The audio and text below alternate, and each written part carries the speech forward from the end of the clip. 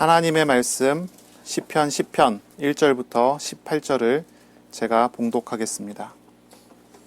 여호와여 어찌하여 멀리 서시며 어찌하여 환난 때에 숨으시나이까. 악한 자가 교만하여 가련한 자를 심히 압박하오니 그들이 자기가 베푼 꾀에 빠지게 하소서. 악인은 그의 마음의 욕심을 자랑하며 탐욕을 부리는 자는 여호와를 배반하여 멸시하나이다. 악인은 그의 교만한 얼굴로 말하기를 여호와께서 이를 감찰하지 아니하신다 하며 그의 모든 사상에 하나님이 없다 하나이다. 그의 길은 언제든지 견고하고 주의 심판은 높아서 그에게 미치지 못하오니 그는 그의 모든 대적들을 멸시하며 그의 마음에 이르기를 나는 흔들리지 아니하며 대대로 환난을 당하지 아니하리라 하나이다. 그의 입에는 저주와 거짓과 포악이 충만하며 그의 혀 밑에는 잔해와 죄악이 있나이다. 그가 마을 구석진 곳에 앉으며 그 은밀한 곳에서 무죄한 자를 죽이며 그의 눈은 가련한 자를 엿보나이다. 사자가 자기 굴에 엎드림같이 그가 은밀한 곳에 엎드려 가련한 자를 잡으려고 기다리며 자기 그물을 끌어당겨 가련한 자를 잡나이다. 그가 굽으려 엎드리니 그의 포악으로 말미암아 가련한 자들이 넘어지나이다. 그가 그의 마음에 이르기를 하나님이 잊으셨고 그의 얼굴을 가리셨으니 영원히 보지 아니하시리라 하나이다. 여호와여 일어나옵소서. 하나님이여 손을 드옵소서. 가난한 자들을 잊지 마옵소서. 어찌하여 악인이 하나님을 멸시하며 그의 마음에 이르기를 주는 감찰하지 아니하리라 하나이까. 주께서는 보셨나이다. 주는 재앙과 원한을 감찰하시고 주의 손으로 갚으려 하시오니 외로운 자가 주를 의지하나이다. 주는 벌써부터 고아를 도우시는 이신이다. 악인의 팔을 꺾으소서. 악한 자의 악을 더 이상 찾아낼 수 없을 때까지 찾으소서. 여호와께서는 영원 무궁하도록 왕이시니 이방 나라들이 주의 땅에서 멸망하였나이다. 여호와여 주는 겸손한 자의 소원을 들으셨사오니 그들의 마음을 준비하시며 귀를 기울여 들으시고 고아와 압제 당하는 자를 위하여 심판하사 세상에 속한 자가 다시는 위협하지 못하게 하시리이다. 아멘. 오늘 말씀은 시편 10편 1절부터 18절입니다. 여호와여 일어나옵소서라는 제목으로 함께 우리가 하나님의 말씀을 나누겠습니다. 여호와여 일어나옵소서라는 제목입니다. 기도라는 것이 무엇입니까? 기도요. 종교인들의 기도는 어떤 거래를 하는 것입니다. 얼마의 가치를 지불하면서 무언가를 얻어내는 것이 이제 종교인들의 기도지요. 그래서 이제 얼만큼 정성을 들였느냐, 그리고 얼마만큼의 돈을 썼느냐, 이런 것에 따라 그 기도의 효과와 응답을 다르게 보는 거죠. 하지만 기독교인의 기도는 그것과는 많이 다릅니다. 얼마나 간절하고 얼마나 정성을 쏟았는가, 아니면은 기도의 양을 얼마나 쌓았는가에 따라서 기도의 응답이 달라지지 않습니다. 기독교인들의 기도, 그리스도인들의 기도는 예수 그리스도의 이름으로 드리는 기도입니다. 택한 자를 위하여 죄와 죽음을 모두 짊어지시고 십자가에 죽으신 예수의 이름으로 기도합니다. 우리의 기도는, 그리스도인의 기도는 어떠한 대가를 치르고 거래를 하는 방식의 기도가 아니라 사랑이 많으신 아버지께 구하는 기도입니다. 하나님의 사랑의 행위인 십자가를 의지해서 하는 기도입니다. 종교의 기도는요, 무엇이든지 상관없이 대가만 치르면 어떠한 초월을 경험하게 되는 기도입니다. 그래서 어떤 정성과 어떤 돈을 들이면 신받은 사람에게 찾아가고 점을 치면 그 점괘가 나오고요. 부적을 붙이면 어떤 효과가 나옵니다. 대가를 치르면 그것이 무엇이든지, 그것이 안전한 것인지 위험한 것이든지 상관이 없습니다. 대가를 치르면 그것에 대한 초월을 경험을 하죠. 하지만 그리스도인의 기도는 그것과는 아주 다릅니다. 아버지가 자녀에게 위험한 것을 주지 않는 것처럼 인격적이신 하나님은 우리에게 선하신 뜻을 가지고 응답하시고 일을 하십니다. 그래서 이 기도는 많이 다른 거죠. 종교인들의 기도는 어떤 대가를 치러내면 응답받는 그런 것이지만 기독교인들의 기도는 하나님을 알고 만나고 신뢰해야 기도를 할 수가 있고, 그리고 그 관계로 인하여 우리가 하나님으로부터 응답을 받는 것입니다.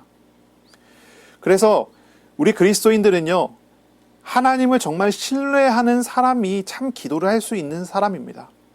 하나님을 신뢰하지 않는 사람을, 하나님을 믿지 않는 사람은 참 기도를 할 수가 없어요. 기도하는 것은 하나님을 찾는 것입니다. 하나님의 뜻을 찾고 하나님께 도움을 요청하는 것입니다. 하나님의 도움을 요청하며 하나님께 나의 생각과 나의 기도 제목을 다 맡기고 하나님의 처분을 기다리는 것입니다. 하나님의 뜻에 순종하게 되는 것입니다. 그러므로 하나님을 신뢰하지 못하면 하나님께 맡기지도 못해요. 하나님을 신뢰하지 못하면 하나님이 행하시는 일을 믿음으로 순종으로 받아들일 수도 없게 되죠. 참 기도가 회복되어지는 우리들이 되시기를 바랍니다. 우리는 시편을 쭉 읽어나가면서 하나님께 드리는 기도를 우리는 계속 읽어나가고 있습니다. 때로는 탄원하는 기도입니다. 때로는 찬양하는 기도입니다.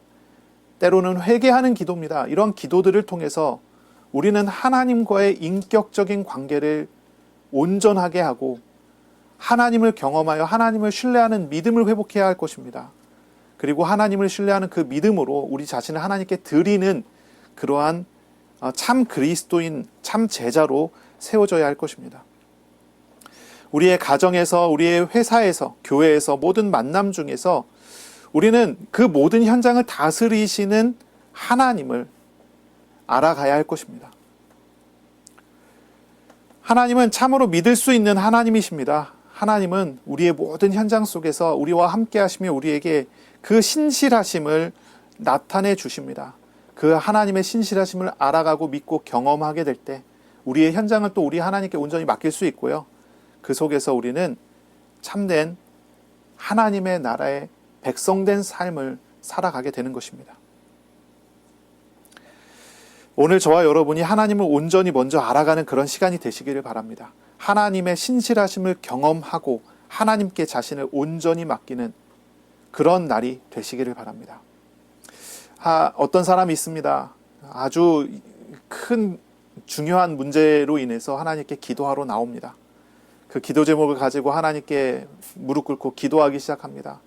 얼마나 간절히 기도하는지 땀이 비처럼 쏟아질 정도로 기도를 합니다. 다 기도하고 일어나서 나가면서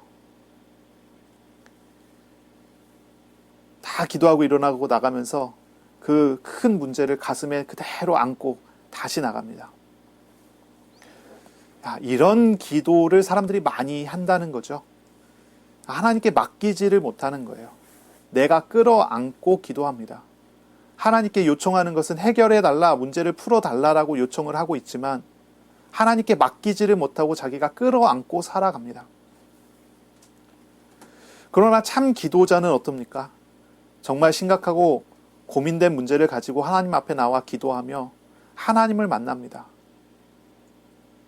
하나님이 나의 하나님이며 나의 구원자이시며 내 아버지 되심을 알고 하나님께 맡기고 하나님 안에서 평안을 얻습니다.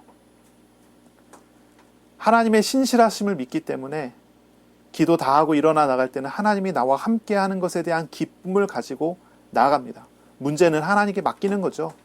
문제가 풀리는 것도 하나님의 주권이요, 그렇지 않은 것도 나를 위해서 행하시는 하나님의 선하신 일이라는 것을 알기에 다 맡기고 평안을 얻고 나아갈 수가 있는 것입니다. 우리가 기도가 무엇인지를 생각해 봐야 돼요. 기도는 믿음을 표현하는 것입니다. 하나님께 맡기는 행위입니다. 물론 이제 기도 자체는 우리가 하나님과 교제하는 시간이고 하나님을 만나는 시간입니다. 근데 우리가 뭔가를 요청한다고 했을 때 이야기하는 것입니다. 우리가 하나님을 온전히 알아가야 하는 그런 은혜 속에 우리가 있어야 할 것입니다. 문제를 해결해 달라고 구하는 것이 진짜 기도가 아니고 모든 것을 주관하시는 하나님을 찾는 것이 진짜 기도입니다. 그렇게 우리는 기도를 회복해야 되겠습니다. 10장 1절을 보시면요, 이렇게 다윗은 말합니다. 여호와여 어찌하여 멀리 서시며 어찌하여 환난 때에 숨으시나이까. 이렇게 시작을 합니다. 어찌하여? 라고 물어보는 거죠. 어찌하여. 이 어찌하여가 반복이 되는데요. 왜 하나님 어찌해서 이렇게 멀리 계십니까? 공간적으로 멀리 있다고 이야기하죠.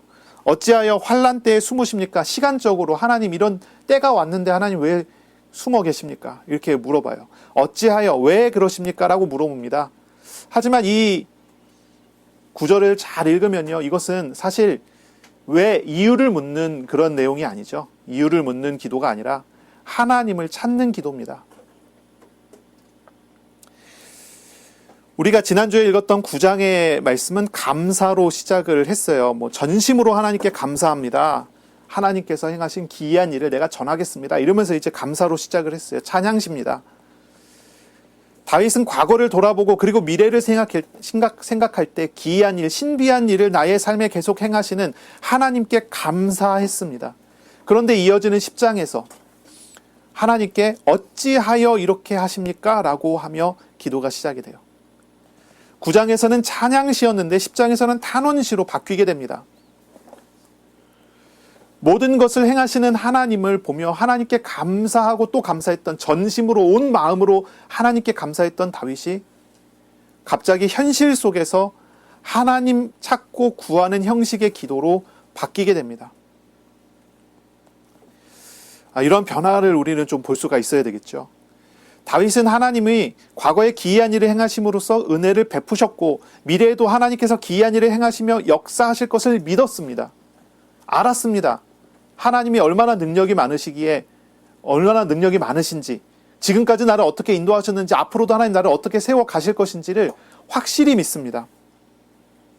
그런데 현재 다윗은 자신에게 진행되는 고난의 과정 속에서 하나님께 탄원합니다. 현재 많은 기독교인들, 그리스도인들도요, 어찌하여라며 이유를 이해 못해서 기도하는 사람이 있어요. 그런데 우리가 잘 봐야 되겠죠. 다윗의 이 탄원시, 이 기도는요, 이유를 묻는 기도가 사실은 아니고요, 하나님을 찾는 기도입니다. 과거에 지금까지 해오셨던 하나님의 사역과 앞으로 행하실 하나님의 사역을 다 알고 있으면서 오늘 또 하나님을 찾는 기도를 계속 하고 있는 것이 다윗의 기도입니다. 운명론자, 이런 사람들이 있어요. 극단적인 어떤 사람들이 있습니다. 하나님의 주권과 예정을 말하면서 아주 극단적으로 그걸 받아들이는 사람이 있어요. 모든 것이 다 정해져 있다. 하나님께서 미래를 미리 다 예정해 놓고 그대로 될 것이다. 그러니까 기도할 필요도 없고 전도할 필요도 없다. 이렇게 이야기하는 사람이 있어요. 사람과 상관없이, 나의 모습과 상관없이 될 일은 다 되게 되어 있으니까 거기에 얽매이지 말아라. 이렇게 얘기하는 사람이 있어요. 이런 신앙은요, 전혀 성경적이지 않습니다. 오늘만 봐도 다윗은 그런 어떤 운명론적인 신앙을 가지지 않았어요. 과거도 알고 미래도 알기 때문에 오늘 내가 일어나는 이런 고난이 있어도 그냥 내버려 두고 있으면 하나님께서 알아서 일을 하시겠지, 이런 태도를 갖지 않는단 말이에요. 다윗은요, 하나님을 찾고 찾는 그러한 모습을 보여줘요. 이런 어떤 운명론적인 신앙은요, 하나님을 기계적인 존재로 생각하지 인격적인 존재로 생각하지 않는 신앙입니다. 하나님은 예정하시고 그것을 실행하신다고 하지 인간에게 어떠한 마음과 어떠한 의지를 가지고 함께 하시고 기뻐하시고 슬퍼하시는 하나님의 인격성에 대해서는 전혀 생각을 하지 않는 부분이죠. 신앙은요, 지식이 아니에요. 신앙은 만남입니다. 신앙은 만남이에요. 초월적이신 모든 것을 주관하시는 하나님께서 낮고 작은 우리에게, 나에게 인격적으로 찾아와 만나 주신다는 것이 우리의 신앙의 출발입니다. 신앙의 과정도 그렇습니다. 그 초월적인 하나님께서 나에게 오셔서 나와 함께 하시고 공감하시고 함께 울고 함께 기뻐하며 나와 함께 동행하신다는 것입니다. 그것이 신앙입니다. 하나님을 제외하고, 하나님의 인격성을 제외하고 신앙을 갖는다는 것은 있을 수가 사실 없어요. 하나님은 논리가 아닙니다. 하나님은 지식이 아니에요. 하나님은 우리를 만나주시는 인격적이신 하나님이십니다. 물론 인간의 인격성하고는 달라요. 인간의 인격성은 한계가 있지만 하나님의 인격성은 초월적이기 때문에 많이 다릅니다. 하지만 하나님께서 우리에게 인격적으로 찾아오셨다는 얘기입니다. 이게 놀라운 사건입니다. 성경에 보면 하나님의 이름이 나와요. 히브리어로 보면 하나님의 이름이 나오는데 엘로힘이라고 하는 이름을 사용합니다. 엘로힘. 이거는 하나님이 세상을 창조하셨다 했을 때 엘로힘이라고 그래요. 그런데 굳이 하나님께서 사람에 대해서 말씀하실 때는 여호와라고 말씀하십니다. 하나님의 이름을 말씀하세요. 하나님이 사람에게 찾아오실 때는 이름을 가지고 찾아오세요. 인격적으로 찾아오세요. 그리고 사람만큼은 하나님께서 인격적으로 대하시고 만나주세요. 그것이 성경에서 가르쳐주는 하나님과의 사람과의 관계가 되는 것입니다. 그런데 하나님이 인격적으로 생각하지 않고 돌려놓는 것, 기계적으로 생각하는 것, 이거는 성경적이지 않은 거죠. 바르지 않은 거죠. 하나님은 사람들을 기계적으로 보시지 않습니다. 우주와 세계를 설계해놓고 기계적으로 세계를 돌리고 있다고 생각하는 사람들이 있었어요. 이신론자들이라고 하는 사람도 있었어요. 하지만 하나님은 그러신 분이 아니에요. 하나님은 사람을 특별하게 만드셨어요. 하나님의 형상으로 만드셨어요. 그리고 그를 만나주시고 함께 하시기를 기뻐하셨어요. 하나님은 사람에게는 자유의지를 주셨어요. 그래서 자발적인 순종과 교제를 하는 것을 기뻐하셨고 사람들이 하나님 앞에 온전하게 하나님을 찾고 구하는 그러한 기쁨을 함께 나누셨어요. 사람들이 타락한 이후에 이 자유의지가 다 망가져 버렸습니다. 사람들이 타락한 다음에는 죄의 얽매인 노예의지가 돼버리고 말았어요. 이건 이제 마르틴 루터의 표현입니다. 노예의지가 돼버리고 말았어요. 그래서 사람들은 스스로 자기가 자발적으로 무언가를 할 수가 없습니다. 자발적으로 하나님께 나갈 수가 없습니다. 영적인 어떤 행동에서 자발적인 것이나 있을 수가 없습니다. 얽매여서 끌려다니는 것밖에 할 수 없는 것이 인간이지요. 그런데 하나님께서 그리스도를 보내서 택한 자를 구원하시고 구원받은 사람이 하나님 앞에 자신의 마음을 담아 나오게 하는 것을 기뻐하십니다.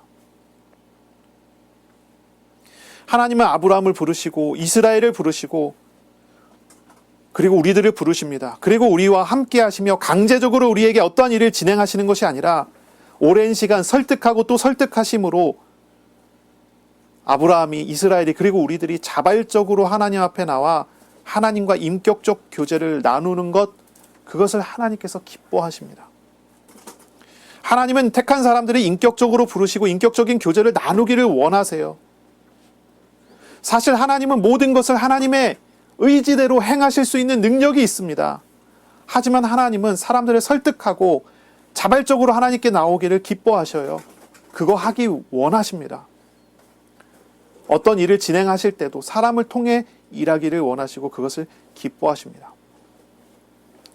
오늘 본문에도 그렇잖아요. 다윗이 하나님을 찾습니다. 이 기도. 하나님은 이 기도에 함께 하십니다. 다윗의 탄원을 들으십니다.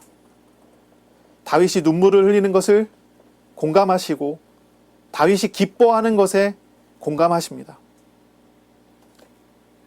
과거도 돌아봤을 때 하나님이 해오셨던 일들을 보게 되죠. 미래를 생각할 때 하나님께서 하실 것을 믿습니다. 그리고 오늘 하나님은 다윗의 처해져 있는 세세한 상황과 내용을 아시고 그 속에서 다윗과 함께하며 공감하시며 은혜 베풀어 주시기를 원하십니다. 다윗은 숨김없이 하나님 앞에 자신을 내어놓고 기도합니다. 하나님을 찾습니다. 이것이 기도입니다. 이것이 기도예요. 바로 이런 과정을 통해서 하나님을 신뢰하고 하나님의 위로를 받고 하나님을 만나게 될 때 그 사람은 얽매인 어떠한 일에서 하나님 의지하여 자유를 얻게 됩니다. 다윗은 분명히 하나님의 주권과 하나님의 예정과 하나님의 작정을 믿었습니다. 그러나 그는 그 과정에서 지식적으로 기계적으로 반응하지 않습니다. 인격적이신 하나님을 찾고 구해요. 다윗이 구한 것은 하나님입니다. 다윗이 구한 것은 하나님을 아는 마음입니다. 하나님과의 만남을 구하시길 바랍니다. 하나님과의 만남의 기쁨을 간구하시길 바랍니다. 우리에게 정말로 필요한 것은 하나님을 아는 것입니다. 지금 나의 상황 속에서 하나님을 아는 것입니다. 또한 하나님과 함께하는 하나님을 아는 마음이 우리에게 정말로 필요한 것입니다. 사람들은 자꾸 이제 사람의 개인의 자신의 어떤 감정에 얽매일 때가 참 많이 있죠. 어떤 일이 벌어졌을 때 그 일들을 객관적으로 보기보다는 감정에 치우쳐서 일들을 볼 때가 많이 있습니다. 그러면 어떻게 됩니까? 그 일들에 얽매이게 되는 상황을 보게 되죠. 그래서 이것이 이제 객관적으로 이게 정리가 되면 별 문제가 아닌데 감정이 섞여버리면 그건 큰 문제가 돼버리는 경우가 많이 있습니다. 우리는 하나님을 찾아가는, 하나님을 알아가는 그런 사람이어야 돼요. 어떤 감정에 얽매이는 사람이 아니라 하나님을 만나는 사람이 돼야 되겠습니다. 감정에 속지 말아야 합니다. 실상을 봐야 합니다. 사람의 지식도 계속 변합니다. 확신할 수가 없어요. 사람의 감정도 계속 변합니다. 확신할 수가 없어요. 사람의 의지도 계속 변합니다. 확신할 수가 없어요. 이런 것들은 계속 변화될 수가 있습니다. 그러나 절대로 변하지 않는 실상이 있습니다. 그것은 무엇입니까? 바뀌지 않는 실상이요. 예수님을 영접한 사람의 마음에 오셔서 함께 하시고 구원하시고 떠나지 않고 일하시는 하나님이 변하지 않는 실상입니다. 하나님은요, 우리의 오늘과 미래에 변하지 않는 소망이십니다. 이것을 보아야 할 것입니다. 고통 속에서, 슬픔 속에서 우리는 우리를 만나주시는 하나님을 찾아야 할 것이고요. 또한 어떤 우리에게 일어나는 어떤 감정과 지식과 우리 안에 있는 어떤 것으로 하나님을 진단하려고 하지 말아야 돼요. 사람의 감정은 계속 바뀌기 때문에 그렇습니다. 고통과 환난에서 우리를 승리하게 이끄는 것은 무엇입니까? 어떤 감정이나 어떠한 지식과 어떤 깨달음이 아닙니다. 구원하시는 하나님입니다. 승리하시는 하나님이십니다. 어떤 지식을 갖는다고 평안을 갖는 것이 아닙니다. 평안해지는 것이 아닙니다. 어떤 사실을 인정하고 깨닫는 데서 평안을 얻는 것이 아닙니다. 평안의 하나님을 만나서 그 품에서 쉬게 될 때 평안을 얻게 됩니다. 오늘 저와 여러분이 하나님을 찾고 만나고 알아가는 그런 은혜로부터 시작을 해야 되겠습니다. 어떤 감정에 사로잡혀서 어떤 이 감정에 의해서 하나님을 진단하거나 하지 않고요. 실상이 되신 하나님이 이렇게 감정에 사로잡혀 있는 사람이라도 하나님께서 어떻게 하나님 자신을 나타내시고 보여주시는지 그리고 어떻게 인도하시는지를 알아가는 그런 은혜가 있어야 되겠죠. 자, 2절부터 11절까지를 보면 이제 다윗이 하나님 앞에 이제 구하는 내용입니다. 여기에 보시면은 다윗은 자신을 뭐라고 얘기하냐면 가련한 사람이라고 표현합니다. 가련한 사람. 그래서 2절에 보면 나오죠. 악한 자가 교만하여 가련한 자를 심히 압박합니다 라고 말을 해요. 가련한 사람. 10절에도 보면요. 그가 굽으려 엎드리니 그의 포악으로 말미암아 가련한 자들이 넘어집니다 라고 표현해요. 이 가련한 사람이다라고 하는 표현을 쓰는데 이 가련한 사람은 이제 헬카 이런 이제 히브리어 단어입니다. 이것은 악한 자의 먹이가 된 상태에 처한 사람입니다. 먹이가 된 상태에 처한 사람 이런 표현이죠. 이런 사람은 어떤 사람입니까? 하나님의 은혜가 아니면 안 되는 하나님이 꼭 필요한 그런 사람입니다. 이런 사람은 겉으로 봤을 때는 먹이처럼 보이는 그런 상태에 처해져 있어요. 그리고 그들이 먹이처럼 처해져 있는 그런 상태라면 그들을 먹으려고 하는 존재들은 누굴까요? 악한 자들이죠. 여기 표현되어 있는 악인들이 계속 나옵니다. 악한 자가 교만하여. 악인은 이렇게 나오는 이 사람들입니다. 이 악인은 누굴까요? 다윗 시대에 생각해보면 어떠한 다윗을 대적하는, 다윗이 하나님과 함께 하는데 다윗과 함께하는 하나님을 대적해서 다윗을 대적하는 그러한 개인이나 그런 집단들이 되겠죠. 그리고 지금 오늘 우리의 시대에 이런 악한 자들이 누구냐라고 이야기한다면 우리는 첫 번째로 누굴 떠올려야 되겠까요? 이 사탄 마귀를 떠올리면 되겠죠. 에베소서 6장 12절에 우리의 씨름은 혈과 육을 상대하는 것이 아니요 통치자들과 권세들과 이 어둠의 세상 주관자들과 하늘에 있는 악의 영들을 상대함이라 그랬습니다. 이 악한 존재들에 의해서 속아서 우리를 대적하는 어떠한 개인과 집단들이 있을 수 있습니다. 그렇죠? 우리가 그들을 생각했을 때는 우리가 이제 바로 봐야 돼요. 어떤 악한 개인과 악한 집단들이 있다 했을 때 악한 개인과 집단들은요, 물론 그들은 하나님의 손에 의해서 심판을 당할 존재들이 되겠지만 우리의 사랑해야 되는 대상이고 선교의 대상이 됩니다. 그래서 우리는 그들을 위해서 기도하는 사람들이 돼야 될 것이고요. 우리가 이제 대적이다라고 했을 때 정말 악해갖고 심판당해야 되는 존재다라고 했을 때는 악한 사탄 마귀를 생각을 하는 것이 옳겠습니다. 이 존재들은요, 사람들을 통해서 공격을 합니다. 사람들의 생각을 심어서 공격을 합니다. 이들의 목적은 죽이고 빼앗고 멸망시키는 것이 목적입니다. 이들은 먹잇감으로 찾아놓은 그 사람을 공격합니다. 그리고 그 사람에게 죄와 우상에 얽매이게 만들고 하나님의 자녀됨을 알지 못하게 만들고 하나님을 경험하지 못하게 만들고 스스로 무너지게 만듭니다.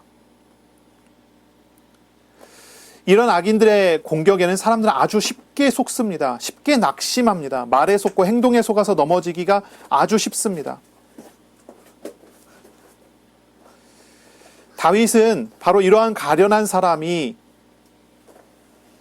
하나님의 은혜를 입어 구원 얻기를 요구하고 청하는 것입니다.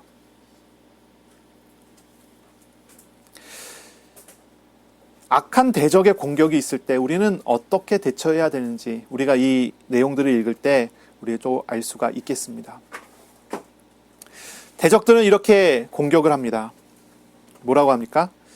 하나님께서 감찰하지 않는다 라고 이야기합니다. 4절입니다.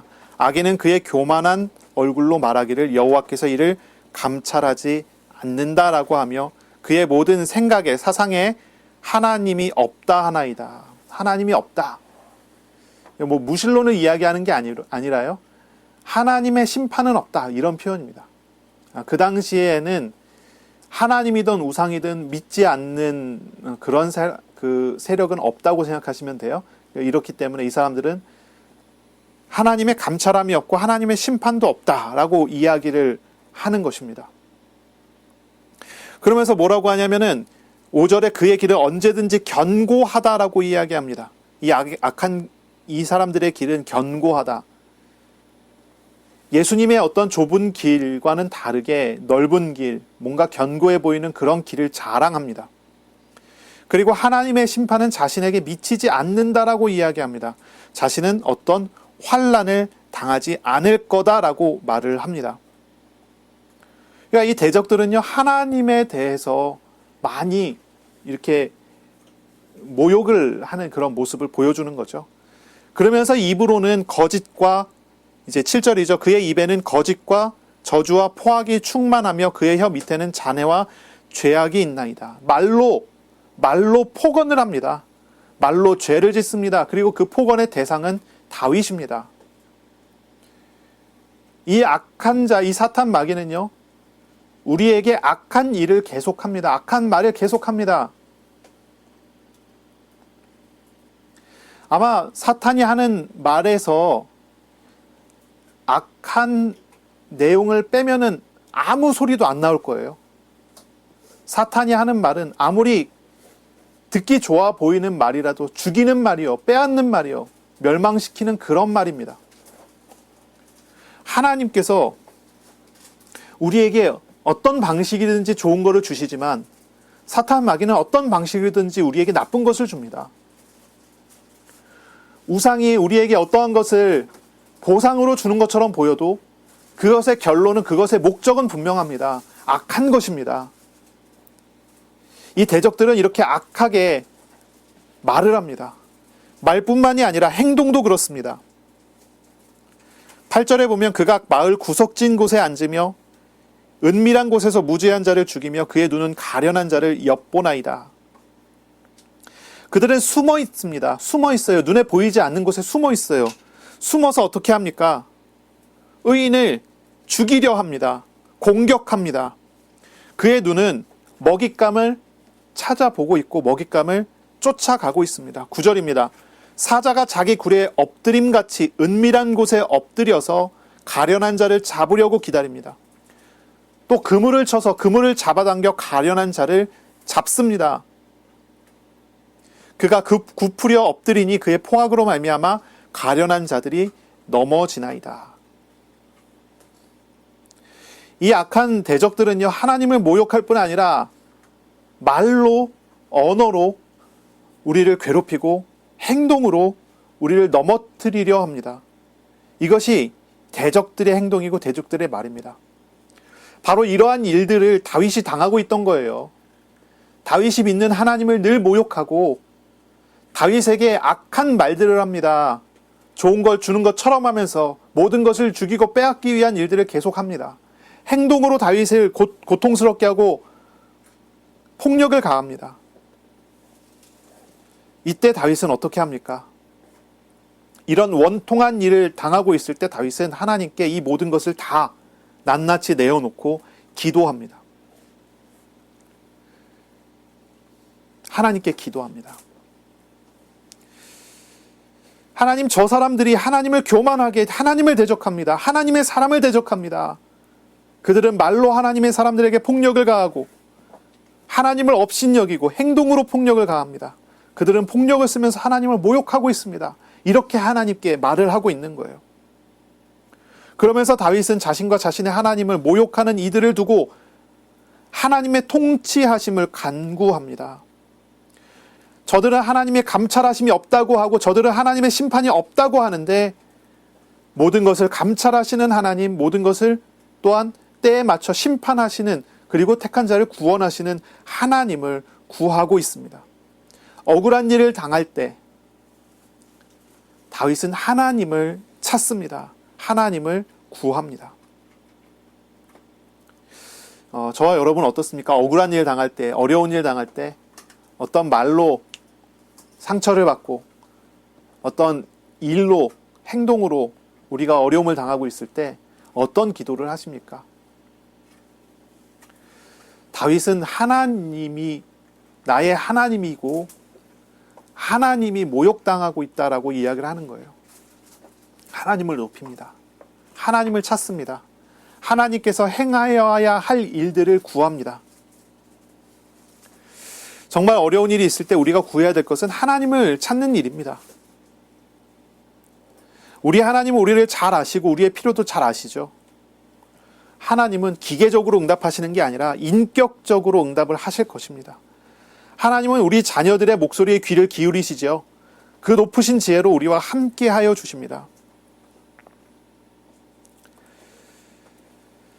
그래서 우리가 당하고 있는 어떤 어려움이 있다면 그 어려움 중에 하나님은 은혜를 베풀어 주실 것입니다. 우리가 염려를 하며 고통을 호소하고 고통스러워하고 있다면 우리가 하나님을 찾을 때 하나님은 우리를 위로해 주실 것입니다. 마음과 생각을 지켜주실 것입니다. 다시 한번 기억해야 합니다. 우리의 기도는 하나님을 만나는 것입니다. 하나님께 나를 맡기는 것입니다. 하나님을 의지함으로 나아가는 것이 우리가 해야 되는 기도입니다. 12절에 보면 다윗은 이렇게 말합니다. 여호와여 일어나옵소서, 하나님이여 손을 드옵소서, 가난한 자들을 잊지 마옵소서. 하나님께 일어나 달라고 요청을 합니다. 일어나옵소서라는 말은 우리가 두 가지로 의미를 좀 생각을 해봐야 돼요. 하나님 일어나 주십시오. 오늘 제목도 여호와여 일어나옵소서거든요. 일어나옵소서 했을 때 이 일어나옵소서의 의미는 무엇입니까? 하나는 이제 응답해 주십시오라는 말입니다. 이제는 응답해 주십시오. 그런 말이에요. 악인들을 심판하는 일, 그리고 이 가련한 사람들, 가난한 사람들, 고와 같은 이 연약한 사람들을 구원하시는 일을 속히 해달라고 요청하는 그런 내용입니다. 하나님 이제는 일어나 주십시오라고 하는 거죠. 하지만 이 요청은요, 두 번째로 우리가 생각해 봐야 돼요. 하나님의 마음을 돌리기 위한 그런 요청이 아닙니다. 하나님은 이미 일하고 계시는데 그 일하고 계시는 하나님을 내가 더 잘 알기를 원한다고 하는 그런 요청입니다. 더 잘 알기를 원한다는 요청이에요. 속히 이 일이 결론이 나기를 원한다는 뜻도 되고, 또 한 가지는 즉 이 일의 과정 속에서 일하시는 하나님을 내가 더 잘 알게 해주십시오라고 하는 그런 요청이기도 합니다. 자, 우리가 실상을 봐야 돼요. 실상을 보십시오. 하나님이 지금 일하고 계십니까? 일하지 않고 계십니까? 자, 문제를 당하고 어려움을 당합니다. 다윗이 굉장한 문제요, 굉장한 어려움 속에서 하나님께 탄원하는 기도를 하고 있습니다. 하나님께 탄원하는 기도가 이렇게 길게 이루어집니다. 하나님을 모욕하는 일, 말로 하는 일, 행동으로 하는 그러한 일을 가지고 하나님께 기도합니다. 이렇게 탄원하는 기도를 하는 다윗의 실상을 보세요. 얼마나 어렵습니까? 자, 다윗이 볼 때 하나님이 일하고 계시나요? 일하지 않고 계시나요? 대적들은, 이 악인들은요, 거짓말로 계속 속였습니다. 다윗을 속입니다. 성도들을 속입니다. 하나님은 우리를 멀리 떠났고 듣지도 않고 보지도 않을 것이라고 속입니다. 그러나 그것이 사실입니까? 실상이 어떻습니까? 다윗의 말을 한번 보세요. 다윗이 말하잖아요. 여호와여 어찌하여 멀리 서시며 어찌하여 환난 때에 숨으시나이까? 다윗이 느끼기에 하나님이 멀리 있는 것 같고, 다윗이 느끼기에 하나님께서 숨으신 것 같아요. 그런데 실상을 보세요. 하나님 멀리 계십니까? 하나님께서 숨으셨습니까? 하나님은 멀리 계시지도 않고 하나님은 숨지도 않으셨어요. 그런데 왜 멀리 계시냐고 묻고 왜 숨어 계시냐고 왜 그렇게 물을까요? 그것이 다윗의 마음이 그래요. 자기가 느끼는 느낌이 그래요. 속고 있는 거예요.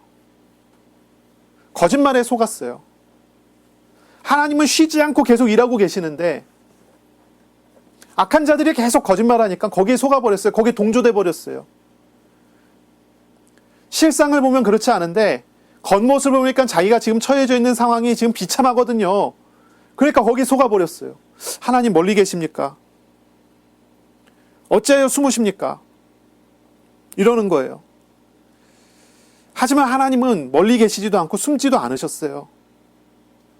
하나님은 우리와 함께 하시고 지금도 일하고 계세요. 하나님은 떠나지 않고 지금도 역사하고 계셔요. 다윗이 외치는 소리, 일어나옵소서라는 외침을 잘 봐야 돼요. 어떤 사람은 이 말을 이렇게 생각합니다. 하나님께서 지금까지 침묵하셨기 때문에 이제는 하나님께서 침묵 그만하고 일해 주십시오라고 외치는 그런 소리라는 거예요. 하지만 그렇지 않죠. 하나님은 침묵하신 적이 없습니다. 하나님은 입을 다물고 계시지 않았어요. 14절을 보겠습니다. 이렇게 다윗이 말합니다. 주께서는 보셨나이다. 주는 재앙과 원한을 감찰하십니다. 주의 손으로 갚으려 하십니다. 외로운 자가 주를 의지합니다. 주는 벌써부터 고아를 도우시는 이신이다. 벌써부터라는 단어를 쓰죠. 벌써부터.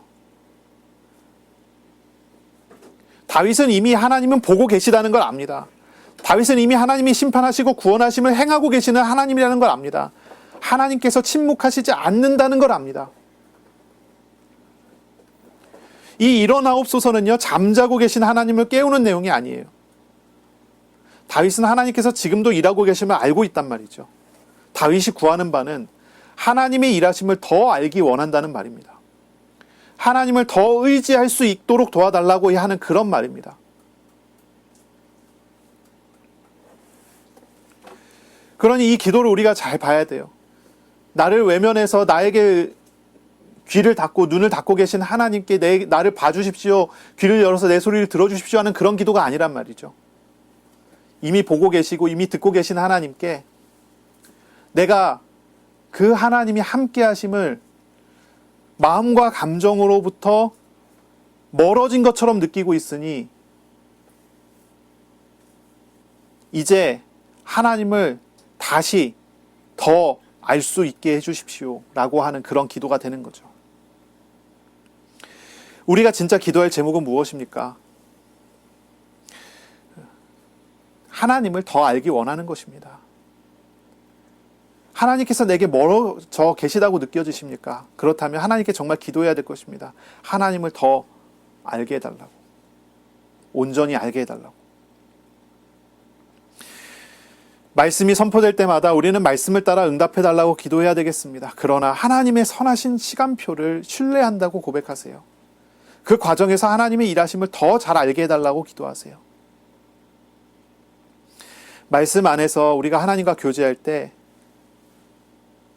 하나님께서는 우리에게 우리의 마음과 생각을 지켜주십니다.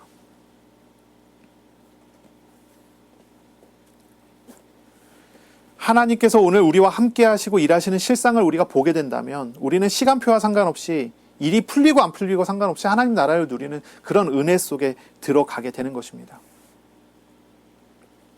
16절부터 보면요, 다윗의 고백입니다. 여호와께서는 영원 무궁하도록 왕이십니다. 이방 나라들이 주의 땅에서 멸망하였나이다.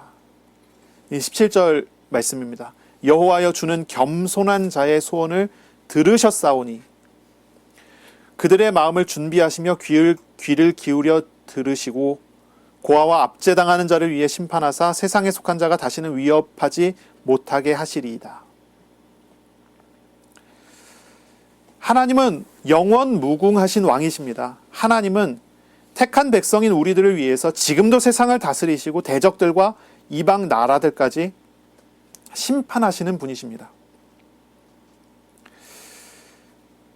우리가 찾는 하나님이 바로 이러신 분입니다.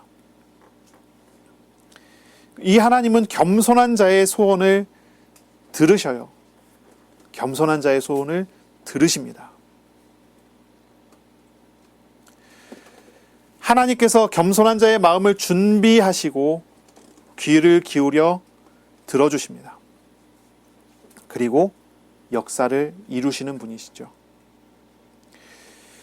참된 왕 앞에 겸손히 자기를 부인하고 하나님 앞으로 나아가는 그런 주간이 돼야 되겠습니다. 하나님께서는 우리의 기도를 들으시고 응답하실 것입니다.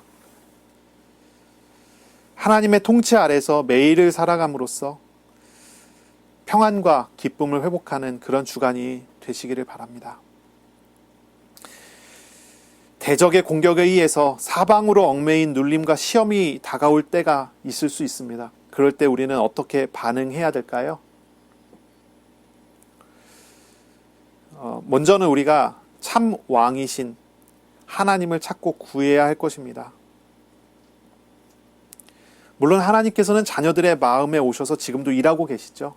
그 일하고 계시는 하나님을 내가 온전히 알 수 있게 해달라고 기도해야 될 것입니다. 그리고 말씀하시는 하나님과 매일 교제하며 하나님을 의지하면서 매일의 삶을 살아가야 할 것입니다. 그런 주간이 되시기를 바랍니다. 기도가 회복되는 주간이 되시기를 축복합니다. 말씀 묵상하고 기도하면서 말씀하시는 하나님과 대면하여 만나는 그러한 시간을 회복하세요. 우리의 모든 삶의 현장에 동행하시는 하나님을 또 알아가는 그런 주간이 되시기를 바랍니다. 하나님은 말씀하신 대로 우리의 삶에 지금 역사하시는 분이십니다. 하나님의 나라의 자유와 기쁨과 평안을 누리는 주간이 되시기를 예수님의 이름으로 축원합니다. 아멘. 기도하겠습니다. 살아계신 하나님, 탄원하는 기도를 통해서 우리가 어떻게 구하고 어떻게 하나님을 알아갈 것인지 찾아갈 것인지를 나누었습니다. 하나님, 우리에게 어려운 일이 있습니까? 고통스러운 일이 있습니까? 주님, 주님께로 나아가는 주간이 될 수 있도록 복을 내려 주옵소서. 지금도 우리의 삶에 오셔서 일하시는 하나님을 우리의 눈을 열어 우리의 마음을 열어 알게 하시고 주님께서 인도하시고 역사하시는 은혜를 통하여 하나님의 나라의 온전한 평안과 감사 회복되는 주간 되게 하여 주시옵소서. 감사하며 예수님 이름으로 기도합니다. 아멘. 우리 구주 예수 그리스도의 은혜와 하나님의 사랑하심과 성령님의 교통하심이 이제로 영원까지 항상 함께 있을지어다. 아멘.